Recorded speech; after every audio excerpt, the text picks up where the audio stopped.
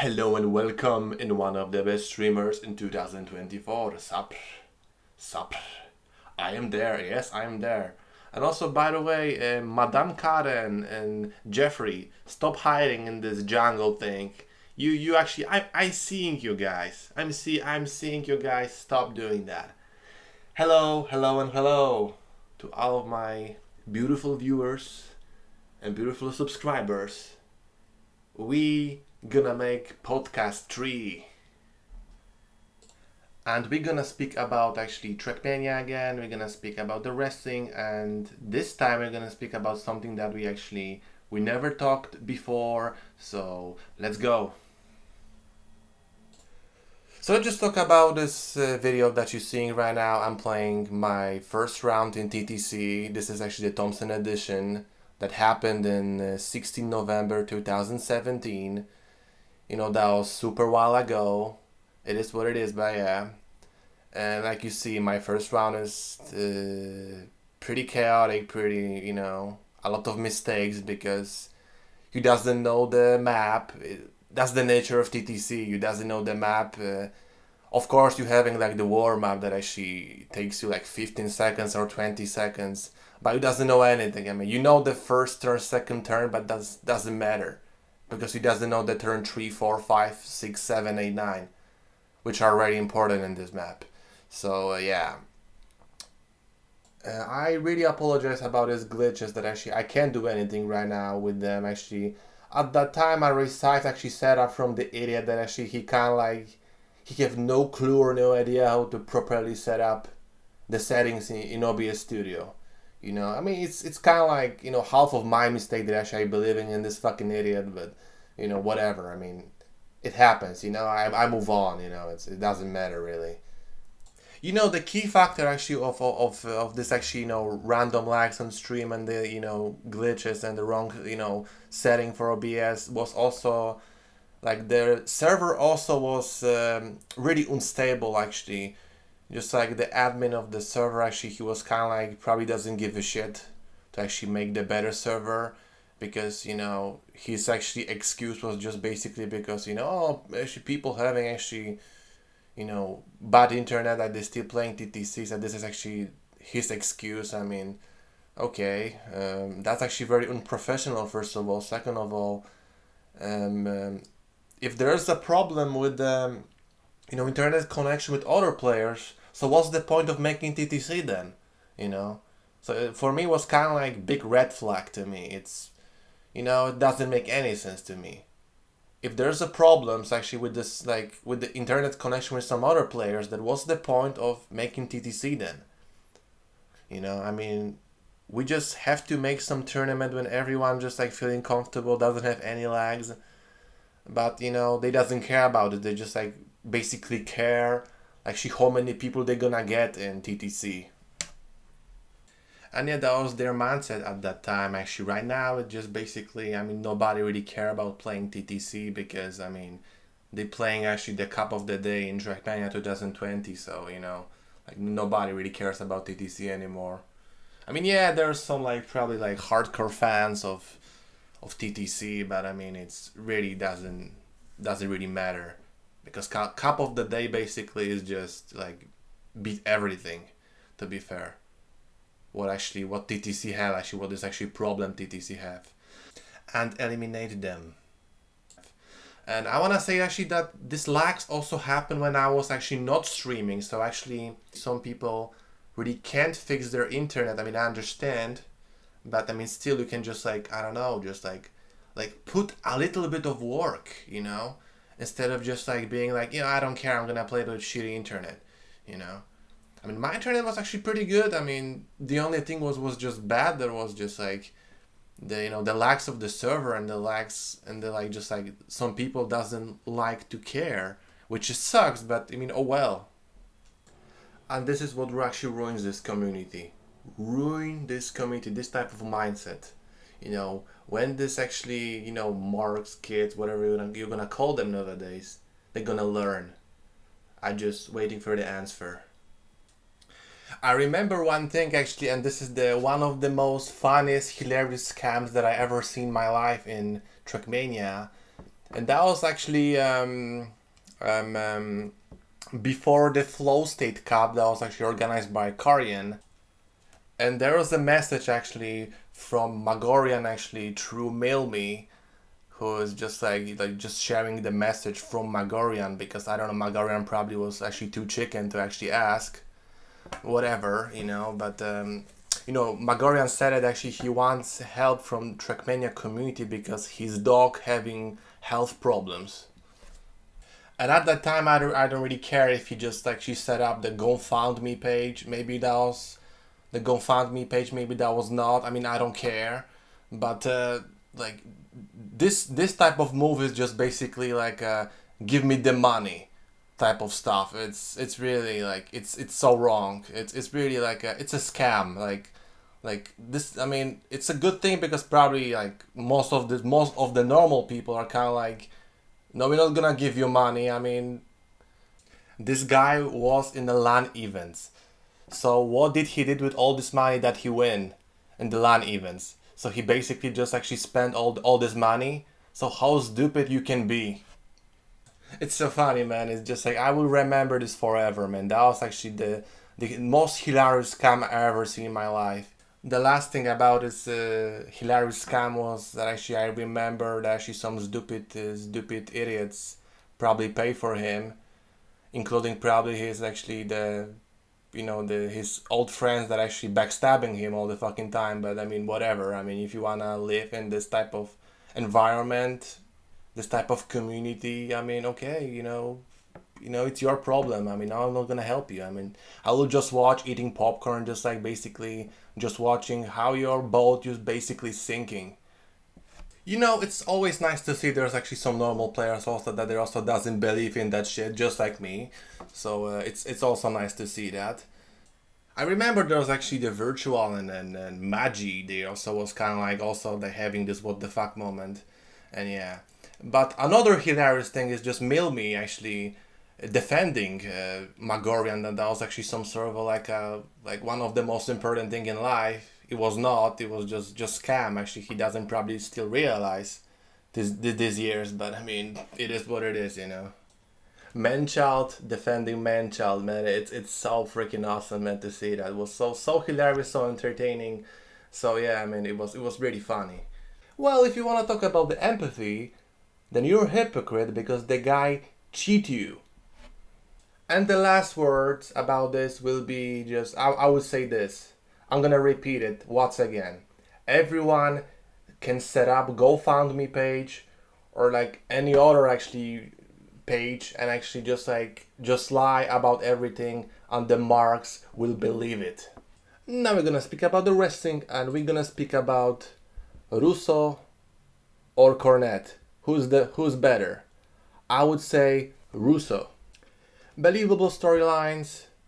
He put over many people, and he's actually, like I said, he was even good as a Vic Venom. He was good as a Vince Russo. He was just having like 5 or 6 names, or 4. But doesn't matter. I mean, he's actually most believable than the Louisville prick. Vince Russo doesn't have criminal record like you, little Jimmy. Fighting fans in US and Canada doesn't make you badass, it just make you look extremely phony. Also, you're not badass by sharing profanity and also sending dead terroristic tweets towards Vince Russo. Even Vince Russo as a Vic Venom was more believable than actually little Jimmy. And I'm speaking specifically actually about the Livewire. The Livewire thing was just basically like there's actually some listeners actually can actually call to like this WWE Livewire thing, and they actually having a chance to make a question to, for example, Michael Hayes or little Jimmy or Vince McMahon, and this stuff is brilliant. This stuff is freaking awesome, like Russo fucking buried Cornette. That was actually enjoyable. I always love this Vince McMahon promo. He cut the promo on Little Jimmy trying to find Vince McMahon because like Little Jimmy was so pissed about, and then Vince McMahon just like comes and he just basically buried like this Little Jimmy prick. And that was actually enjoyable, you know. He said something along the line actually, people actually are sick of your wrestling 80s crap. And that was actually pretty good. That was actually super believable, and actually I love this promo to this day. And no, I'm not really big fan of Vince McMahon. I mean, I never was really. But he did actually good stuff for WWE, you know. He did actually good stuff really in 2000s and then like 2010s actually. He actually did a pretty good job, you know. This unfortunate only allegations kind of like, fucking up his actually all his legacy that he actually built around himself, which is, it is what it is, I mean, he shouldn't do that, and he knows that he shouldn't do that, but he still do that for whatever reason. But let's just come back to actually Russo and, little Jimmy, I think. I would say this, Russo is one of the most important guy in wrestling, and like I said, more believable than little Jimmy, more like, and really it is what it is, this is actually the truth that actually, like I said, the ass lickers of little Jimmy, they doesn't get it, they actually say that actually, oh, Russo actually lying, all this like, the arguments that actually, like I said, the junior high school kid can make, in a split of a second. Just look at both of these actually guys actually career, and actually let's just see the gimmick of Vic Venom or Vince Russo. Look how his gimmick changes, years by years, and little Jimmy just stuck basically the same, just like doesn't change his gimmick, like doesn't actually do any like more innovative stuff to his character. That's why actually Vince Russo is still like one of the best actually. Like he built also this actually awesome storylines for TNA, for WWE. So yeah, this is the things that actually, like I said, the little Jimmy's ass lickers, doesn't like to listen, because this is the truth that actually they can accept, that actually the people like what Russo did for wrestling. And what little Jimmy did for wrestling business? Absolutely nothing. If someone say that Midnight Express was actually good, then I'm sorry, but actually you living in a matrix. Like I'm even surprised that someone like Undertaker can actually name themselves as the best faction in wrestling. It's kind of like it's so freaking funny, man. I mean, as a joke, I agree, but as like a serious thing, it's too funny, man. It's so freaking funny, man. Because if you look what Midnight Express do, it's basically nothing. It's not even better than the Shield. It's not even better than the Four Horsemen. It's not even better than DX. It's not even better than NWO. I'm not surprised that actually Honky Tonkman doesn't want to stay, and Bart Gunn and Bob Holly, they doesn't really care to just stay in this, ridiculous faction. I don't blame them really. However, there's a thing that actually I'm kind of like, I don't really understand to this day. Why both of these actually men decided to just hurting his legacy. Cornette hurt his legacy like during TNA run. Russo also like, all this like all his actually podcast also is like, he's saying things like he was like better than Terry Funk. Is like, I don't know what he's trying to prove with that.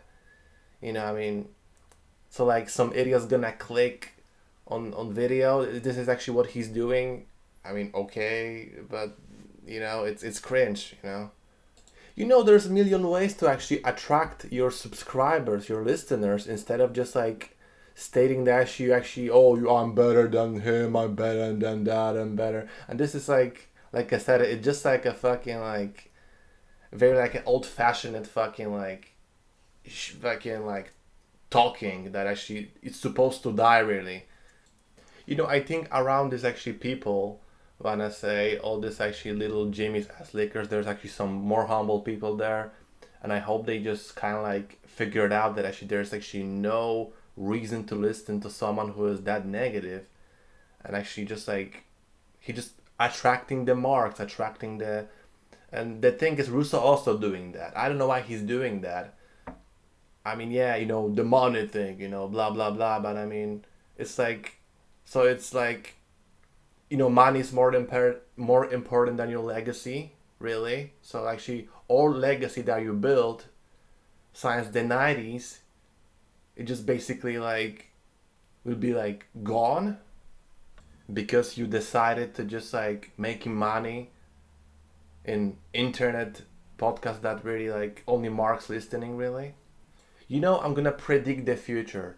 Around this actually, you know, Marks, there's actually some humble people, and this humble people will decided to just not listen even to Russo, not even to little Jimmy, because they actually figured out that actually kind of like I don't need the fucking like a fucking like the statement from some like wrestling personality, because like these people will think like I know who I like. I know which wrestler I like, so I don't have to listen to like some bullshitter, shit posting motherfucker that actually just like having too much free time and somehow doesn't want to grow up.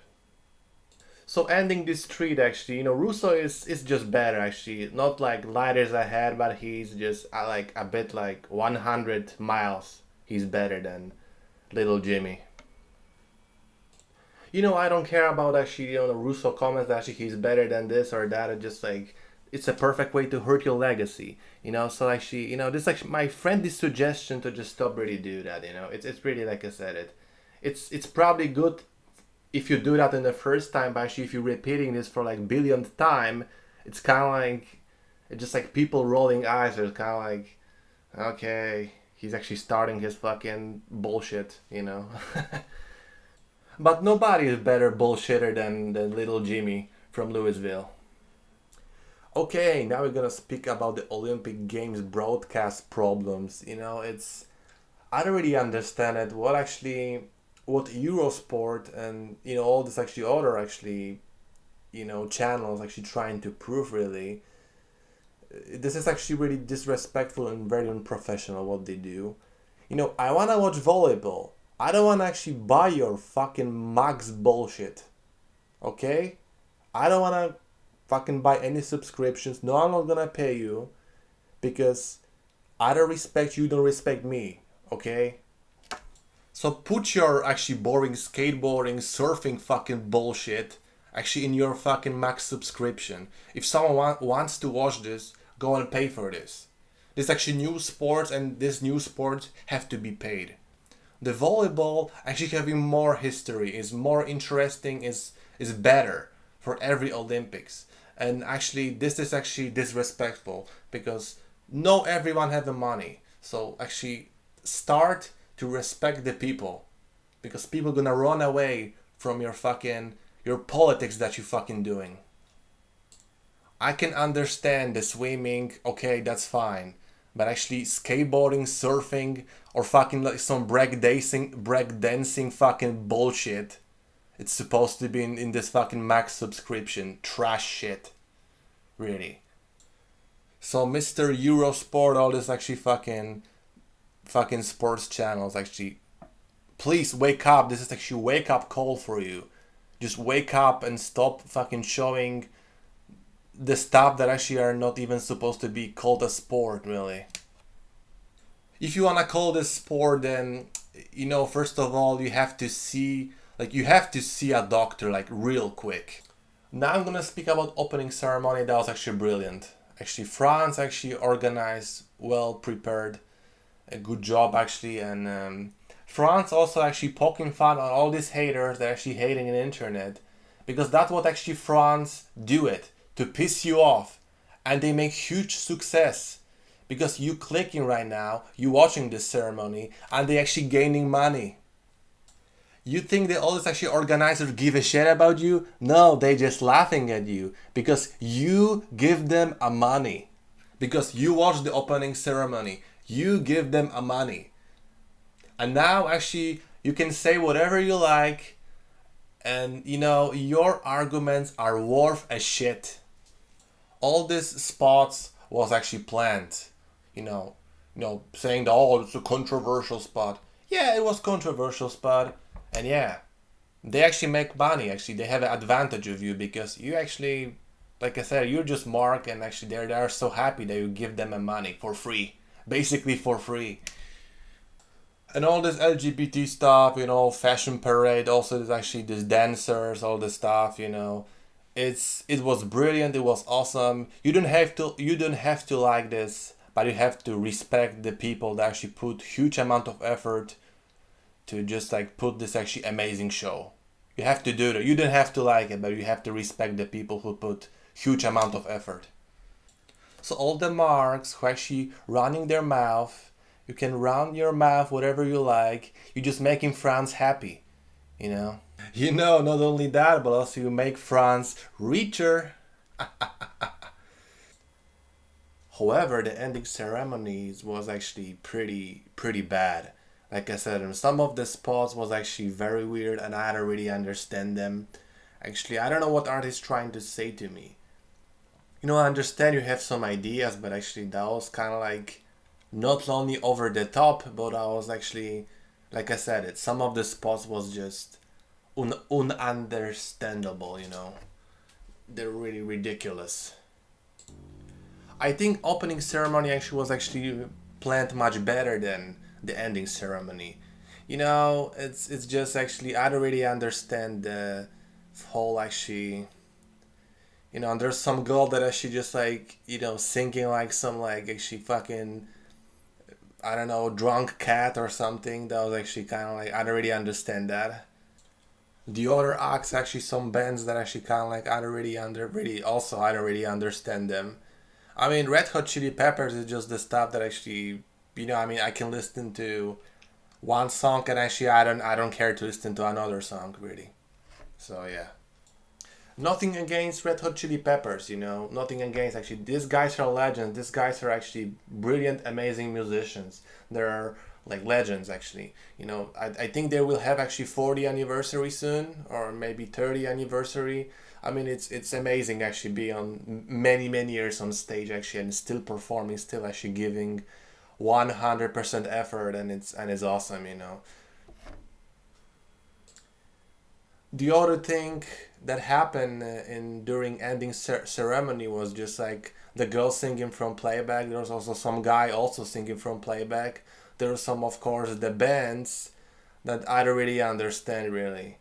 I don't really understand the Snoop Dogg, all this actually stuff, and also this like some, I don't know, there was actually some like English, French bands. I don't know what was that, but I don't really understand them. I don't know what they're trying to say to me.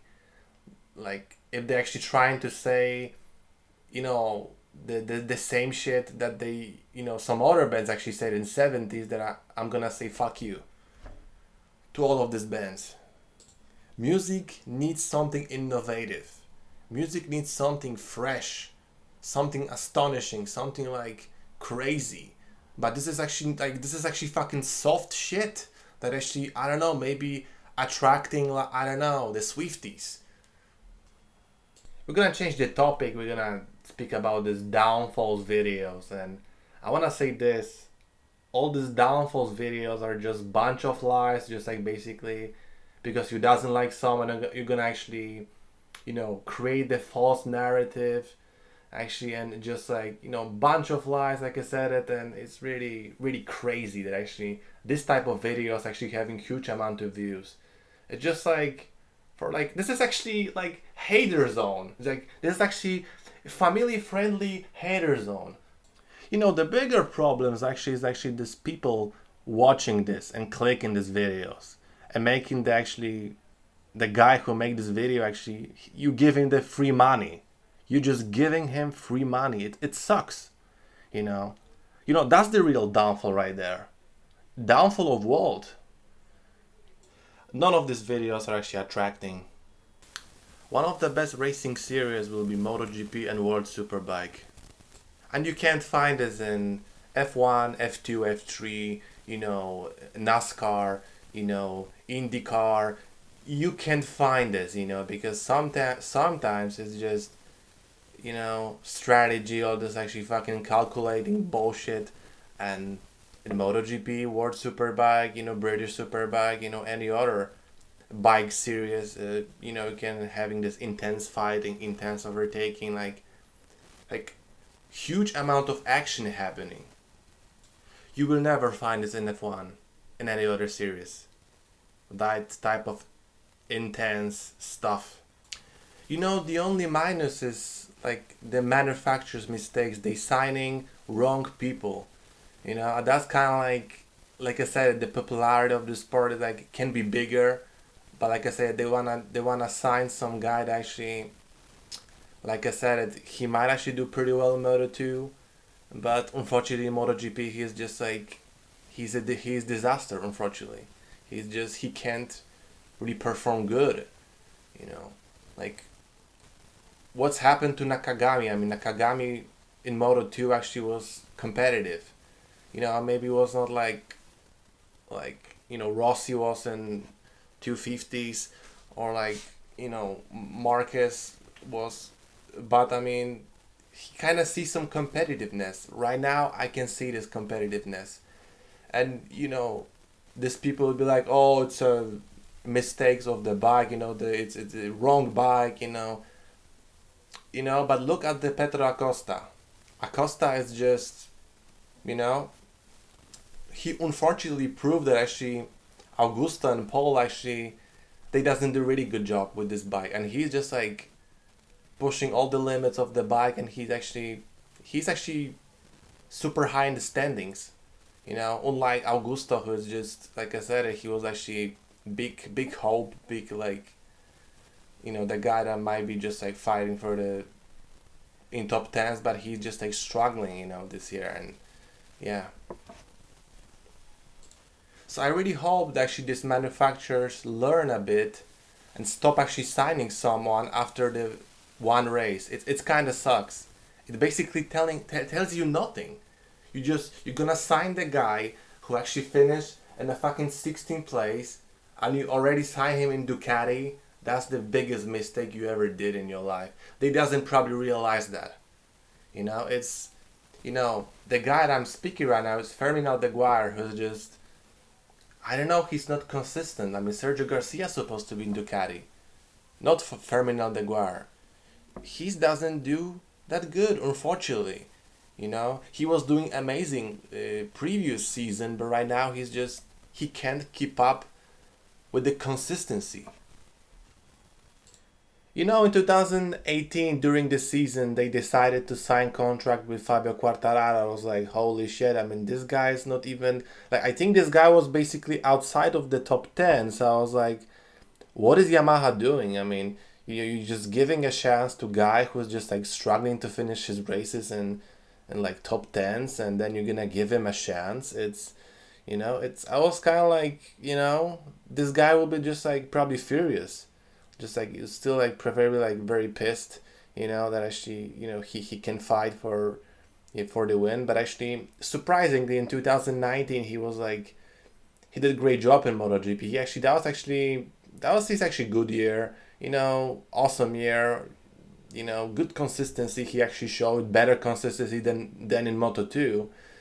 You know, like 2019, 2020, 2021, 2022, he was actually doing very, very good. Like he showed actually his actually value, and actually and he kind of showed actually, Vinales and Rossi that actually, I mean, you can actually drive in this package. You can drive actually on this bike, you know. So yeah. However, that was the different case. That was like different type of, you know, this guy's was actually different type of rider, different type of, you know. I don't really see this in Ferdinand Deguara. Okay, he's actually kind of high. He's, you know, he's actually making in like top 6, top 7. But I mean, you know, I'm kind of like, I mean, you never sign someone after the first race, especially if the guy actually having pretty terrible race. It's really sucks to actually, you know, have that and see that. It's really, really bad decision by Ducati, because I mean, I hope I'm actually wrong about this, and some other people are actually wrong about this. But I mean, I don't want to see this guy struggle, especially in preferably one of the best bike currently on the grid. You know, I'm also waiting for this actually decision to basically get rid of the Nakagami, because this is the guy that actually, he's currently in his 1, 2, 3, 4, 5, 6, 7 season, and the guy doesn't win anything. I'm sorry, but actually, how many chances did this guy need? Like 20, 40, and he will be still actually riding like that? I'm sorry, but this guy, like, I like to see this guy in the World Superbike. Um, there's actually plenty of guys actually riding in MotoGP without any success, and they actually prove themselves in World Superbike.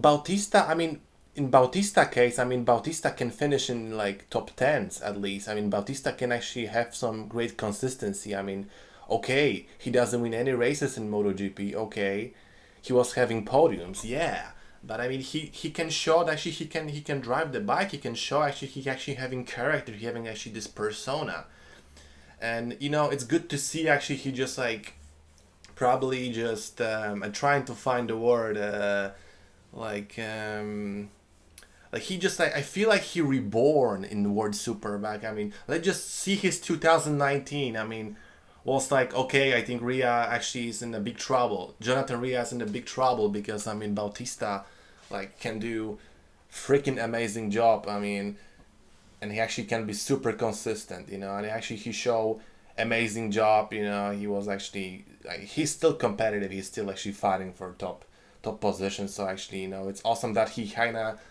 reborn, and he kind of like he's still competitive actually. I mean, he doesn't win the race like science how many years, like it's crazy.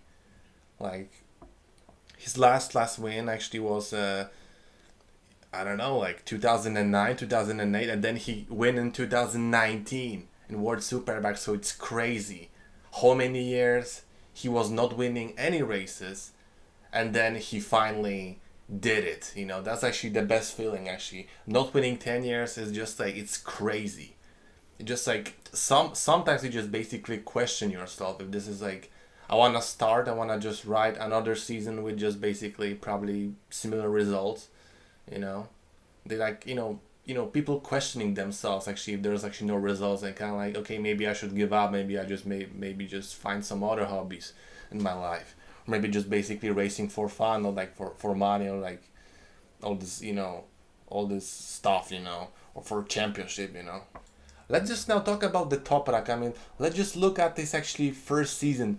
Always the first season actually in like the World Superbike are not really that good, not really like super consistent. I just like, not did that well, not everything actually going the way you like, but it is what it is, that's the beauty of the sport. And then actually you have to just work more harder, and then actually you will get results. Toprak is amazing. He's already legend. I mean, I don't give a shit if someone say that he's not. He's like, I don't need to listen to this type of people. The guy's legend. The guy's one of the best. The guy actually proved himself. He doesn't probably need to prove himself again, but he gonna actually like prove everyone wrong again and again and again, and people will be like pissed off. But it is what it is. That's the stuff. That's the sport really. So 2019, not great consistency. However, he can fight for top position in couple of races. In 2020, also not really great consistency. 2021 finally that was the year that actually, he was actually finally able not only to, win the races, but also having great consistency. Look at his pole position. I mean, this guy is super fast. He's crazy fast.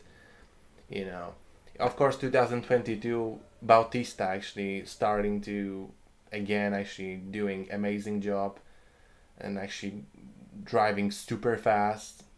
2023 the same.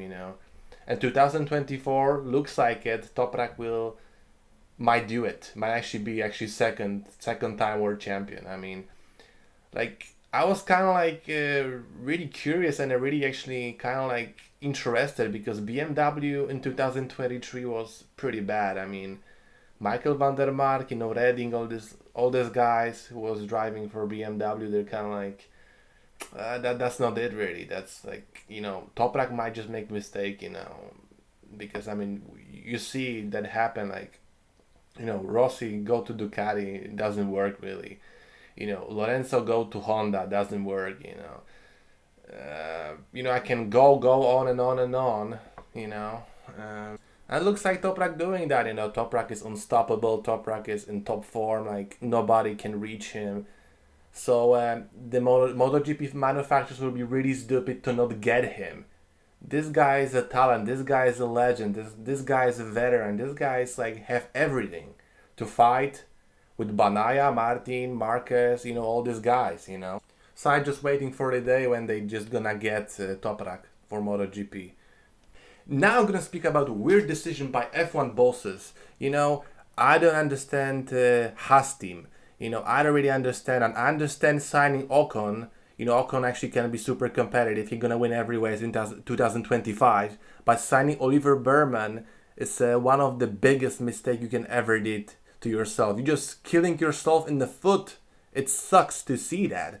The guy is not even in top 10 in F2. Are you fucking drunk? Or are you fucking are you mental? Are you you forgot to take the meds? What's wrong with you, Haas? You really wanna kill this guy? Just this guy gonna finish in last places. With current consistency this Oliver Berman guy had, it's ridiculous. It's the biggest mistake. I don't see this guy as a Fabio Quartararo in F1 or just any other guy. I can see that. And the next thing I want to just say, actually, the Mercedes seat. I don't understand what Toto Wolff actually thinking. Why he doesn't sign Carlos Sainz Jr. He's currently higher than Lewis Hamilton and George Russell, and he doesn't like to fucking sign him. It's like I said, it's just it just shows that actually, he just likes to see when his car doesn't win any races, looks like it. Hopefully they're not gonna sign Antonelli. I hope they're gonna sign some French guy who is currently a leader of F2 instead of signing some guy that actually kind of he doesn't have good consistency. Are you gonna really sign someone who doesn't have good consistency? Really? Are you that fucking stupid? Well, then if you are, then congratulations. Then you actually giving McLaren and Red Bull actually, amazing, amazing way to basically, they're gonna win every races and you just fucking win nothing. You might get the podium, but what's the fucking matter? You're supposed to win the races. You're not supposed to fucking just finish on the podium. So all these F1 bosses killing themselves in the foot. All this ridiculous fucking shit they say in an interview, just it shows how fucking bad they are really at managing the things. And actually I think that all this actually F1 teams just have to have some young people to just show them this old people that they kind of I don't know what type of criteria they fucking choosing this or that driver. I'm kind of really curious about this, because if you wanna choose the guy who is just struggling to fucking finish the race or just finish in the fucking 14th place and you're gonna sign him, then I don't know, take the meds, I don't know, drink the tea, whatever, man. Get yourself a little bit of help, because this is what I'm seeing. It's really sucks to see. So I have the question: why Enzo Fittipaldi doesn't get the contract? Why Roman Stanek doesn't get the contract? He win the race. Why Taylor Barnard doesn't get the contract? He also win the race. Why Victor Martins doesn't get the contract? He also win the race. It's if you're gonna look in this type of criteria, it's just it's perfect way to kill the fucking business. Because let me say straight, F1 is just business. It's a company. It's a company of actually, let me say this straight, and not really good people working in there, and some mostly the old fucking guys that I feel they doesn't understand the business really. I don't understand why, for example, Isaac Hadjar, Paul Aron, Gabriel Bortoleto, they doesn't receive anything. They fucking showing their heart. Jack Crawford even, Zaini Maloney, Franco Colapinto, they fucking showing the effort, and you giving the for like Antonelli, who is like struggling in like fucking top 7, or Bierman, who is like, man, this is ridiculous. This is like, I'm gonna repeat this again. This is killing the business right there.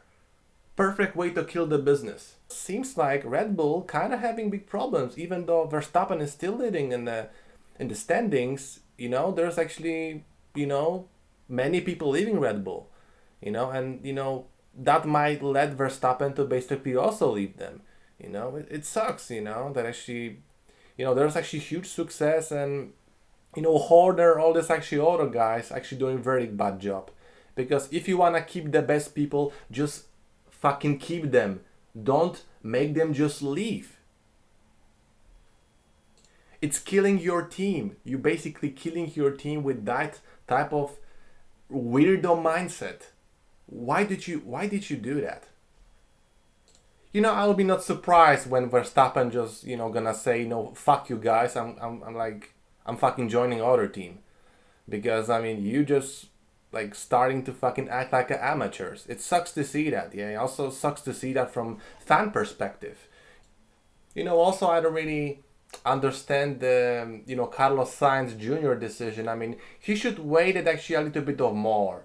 He should probably wait it actually till Singapore race, instead of just actually making decision now, you know. I don't know why. I don't know if they actually forced him to do that, or maybe he just kind of like, he panicked and he was like, okay, I have to find something like super quick, you know, and you know, and he decided to just like go for Williams, who is unfortunately, you know, I mean, Albon actually can finish in top tens, you know, he can score the points, but I mean, it's kind of like, you know, I mean, it will be interesting to see what Sainz do, but actually Williams actually not doing really good this year. Really. So yeah, I mean Logan Sargent also is like the guy who is supposed to be fucking out after 2023, but they actually give him a job for another year. I mean even Latifi will be actually great for this team, but you know it is what it is. You know, if they like killing themselves in the foot, go ahead. That's actually could be advantage for McLaren. That could be advantage for Ferrari. That could be advantage for Mercedes. It could be advantage for even Haas, you know, even Alpine, you know, probably every team every team that actually have responsible boss, not only responsible boss but actually smart boss. Now we're gonna come back to some game stuff actually from real life. I'm gonna just speak about some video games, and I have actually honest question to you. Is anybody waiting for Half-Life 3? Like I think I would say this. I think like huge amount of Half-Life fans, all this like people who love FPSs games, the horror games. I think they kind of wait. They kind of like to see Half-Life 3, but I think Gabe Newell, I think he doesn't really care to just like, you know, give what people like, because you know first of all, you know, and one side I understand it because like, you know, they have to be happy. They have to be like, you know, he say, you know, maybe we're gonna do this, maybe not. Maybe like, you know, we have to make ourselves happy. We just, I mean, yeah, we can like probably make people happy by making like fucking a fucking Steam Deck, or like a fucking, I don't know, some like new fucking technology. So maybe Half-Life 3 gonna be released. Like, what do you think about this, guys? You wanna see Half-Life 3, or you just basically you're kind of like hopeless and you kind of like I think they probably should release this game maybe like in 2015, 16. You know, what do you think about this, guys? I think Valve actually did actually good job to actually, you know, creating this magic box with like games like Team Fortress 2, and of course, you know, Half-Life Portal, all these like amazing games, you know, but then after that, I mean, it's kind of like it's not the same really. It's like something is missing really. I mean, like they made this actually also a couple of, you know, games, you know, Half-Life 3 type of games, but I mean it's not really the same really. That doesn't having the same vibe when you actually start playing Half-Life 2, even Half-Life 1 really. So it's kind of sucks. I mean, you know, the Half-Life Alex is kind of like not really, you know, I don't really like really like this one. Someone probably lied as Alex, Half-Life Alex, but I mean, it's really not for me. I mean, I enjoy Half-Life 1, Opposite Force, and Half-Life 1, Half-Life 1, and Half-Life 2, Half-Life 2 Deathmatch. Lost Coast even was actually great, even though there's actually unfortunate bug in Lost Coast, but I mean, it's still a good game, and I played intended to it and played actually the speedrun way.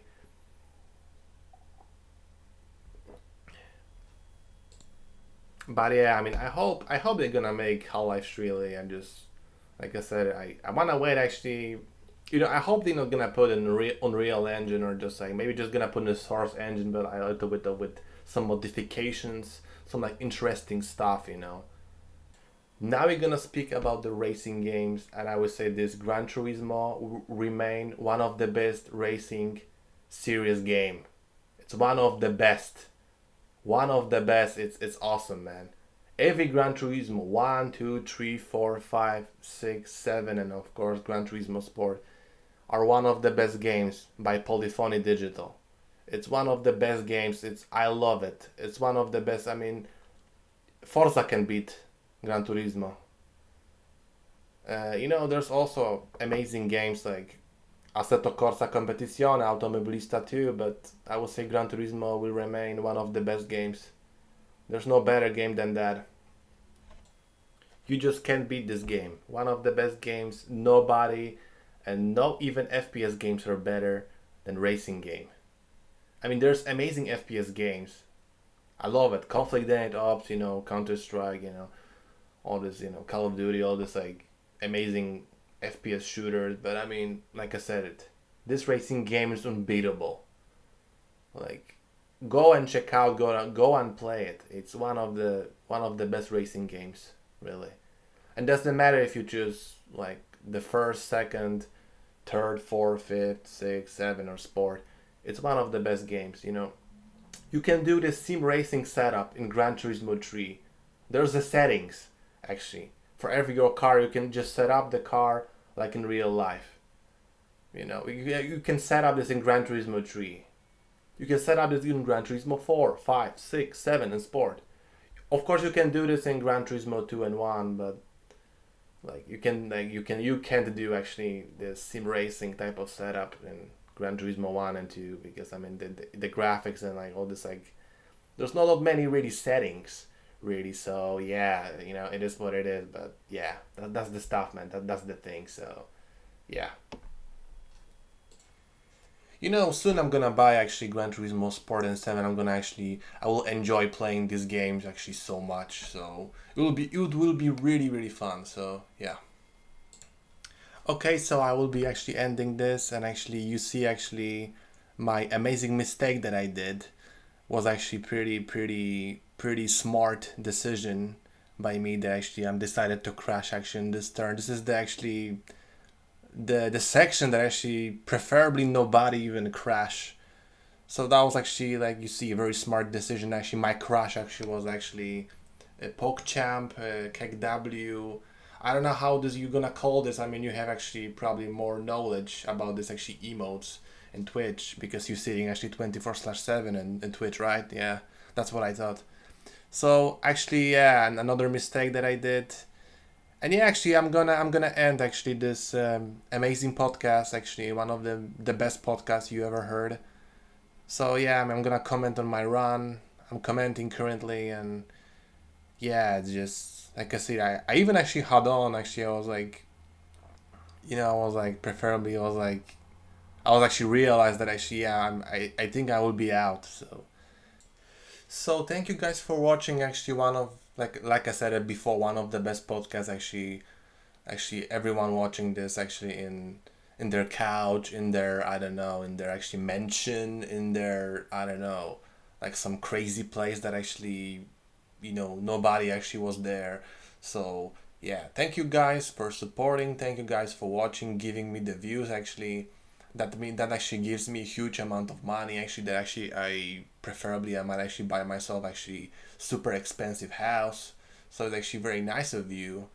And yeah, like I said, thank you very much. And then I'm gonna comment again on this actually beautiful run. Actually, However, actually I passed someone, but seems like that was not enough, you know. And there's actually, let's see this turn, yeah, pretty PogChamp, pretty like, yeah, it's like one of the best, you know, turn that I ever did in my life. And let's see this actually speed is what is this called, speed tech type of section, I don't know, but yeah, and then another one, yeah, nothing's gonna happen. I think I will be out anyways.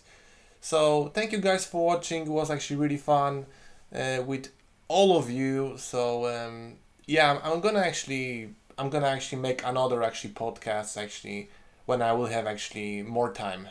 So thank you guys for watching, and see you next time, motherfuckers. Oh yeah, that's right. I just say bye. I just say bye, and actually I wish you a really nice day. So bye bye. See you next time, motherfuckers.